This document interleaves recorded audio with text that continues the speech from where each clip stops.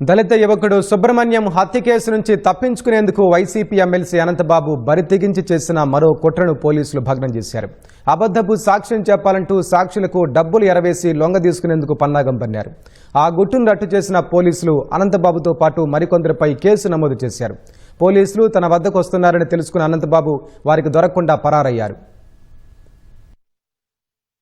దళిత యువకుడు వీధి సుబ్రహ్మణ్యాన్ని హత్య చేసి మృతదేహాన్ని డోర్ డెలివరీ చేసిన కేసులో నిందితుడైన వైసీపీ ఎమ్మెల్సీ అనంతబాబు ఆ కేసు నుంచి తప్పించుకునేందుకు మరోమారు బరితెగించారు. కేసు విచారణ కీలక దశకు చేరుకోవడం, ఈ నెల 24, 25 తేదీల్లో అభియోగాలు నమోదు చేయాల్సి ఉన్న తరుణంలో సాక్షుల్ని లొంగదీసుకునేందుకు ప్రయత్నించి అడ్డంగా బుక్కయ్యారు. కోర్టులో అబద్ధపు సాక్ష్యం చెప్పాలంటూ 4 సాక్షులకు తన అనుచరులైన వైసీపీ నేతల ద్వారా డబ్బు ఎరవేశారు. కొంత అడ్వాన్స్ కూడా చెల్లించారు. కోర్టులో ప్రొసీడింగ్స్ పూర్తయ్యాక మిగతా సొమ్ము చెల్లిస్తామంటూ ఆశ చూపారు. ఈ విషయం బయటపెడితే చంపేస్తామని, మృతదేహాన్ని కూడా కనిపించకుండా చేస్తామని బెదిరించారు. సోమవారం రాత్రి 11 గంటల సమయంలో జరిగిన ఈ బేరసారాల గుట్టును పోలీసులు రట్టు చేశారు. అనంతబాబుతో పాటు సాక్షుల్ని లొంగదీసుకునే ప్రయత్నం చేసిన మరికొందరిపైన మంగళవారం కేసు నమోదు చేశారు. ఈ వ్యవహారంలో కీలక పాత్రధారైన అనంతబాబు అనుచరుడు మాగంటి రాంబాబును అరెస్టు చేశారు. అనంతబాబును అరెస్టు చేయడానికి మంగళవారం రాత్రి కాకినాడలోని ఆయన నివాసం వద్దకు చేరుకున్నారు. అనంతబాబు అప్పటికే పరారయ్యారు.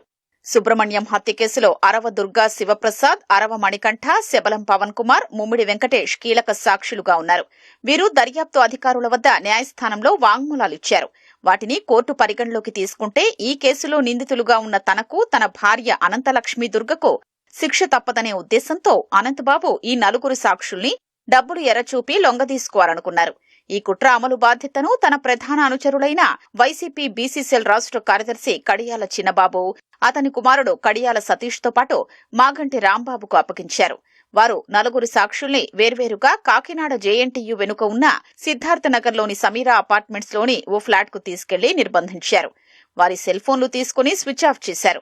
సుబ్రహ్మణ్యం హత్య కేసులో అనంతబాబు లక్ష్మీదుర్గకు అనుకూలంగా సాక్ష్యం చెప్పాలని బెదిరించారు. చెప్పినట్లు వింటే ఒక్కొక్కరికి 3 లక్షలు ఇస్తామని, డబ్బు తీసుకోకపోతే చంపేస్తామని బెదిరించారు. అడ్వాన్స్ గా ఒక్కొక్కరికి ₹1,00,000 చొప్పున బలవంతంగా అందజేశారు. సుబ్రహ్మణ్యం హత్య కేసులో సాక్షుల్ని పైనుంచి కింది వరకు అధికారుల్ని, న్యాయవాదుల్ని మేనేజ్ చేశామని అనంతబాబు అనుచరులు సాక్షులకు చెప్పారు. మీరు గతంలో ఇచ్చిన వాంగ్మూలాలేవీ మార్చక్కర్లేదని వాళ్లతో అన్నారు. కోర్టులో సాక్ష్యం చెప్పేటప్పుడు డిఫెన్స్ న్యాయవాదులు చెప్పినట్లు చేస్తే చాలన్నారు. వారు చెప్పమన్న అదనపు వివరాలన్నీ జోడిస్తే చాలంటూ ప్రలోభ పెట్టారు. సాక్షుల్ని లొంగదీసుకునేందుకు అనంతబాబు ప్రయత్నిస్తున్నారని సుబ్రహ్మణ్యం సోదరుడు వీధి నవీన్ పోలీసుల దృష్టికి తీసుకొచ్చారు. దీంతో పోలీసులు గోప్యంగా విచారణ చేపట్టారు. సమీరా అపార్ట్మెంట్స్ కు వెళ్లిన 4 సాక్షుల్ని విచారించగా వారు జరిగిందంతా పోలీసులకు చెప్పారు. అనంతబాబు, అతని అనుచరుల వల్ల తమకు ప్రాణహాని ఉందని ఫిర్యాదు చేశారు. అడ్వాన్స్ గా తీసుకున్న డబ్బును పోలీసులకు అప్పగించారు. వారి ఫిర్యాదు ఆధారంగా అనంతబాబుతో పాటు అతని ప్రధాన అనుచరులైన చిన్నబాబు, ఆయన కుమారుడు సతీష్, కొండయ్యపాలెనికి చెందిన మాగంటి రాంబాబుపై వివిధ అభియోగాల కింద సర్పవరం పోలీస్ స్టేషన్లో కేసు నమోదు చేశారు.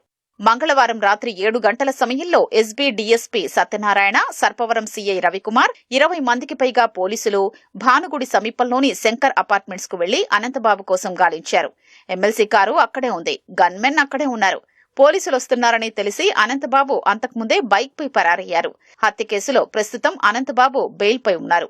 ఈ కేసులో సాక్షుల్ని ప్రభావితం చేస్తే ఆయన బెయిల్ రద్దుకు పరిశీలించొచ్చన్న నిబంధన ఉండడంతో పోలీసులు బాధితులతో ఆ మేరకు పిటిషన్ వేయించేందుకు సన్నద్దమవుతున్నారు.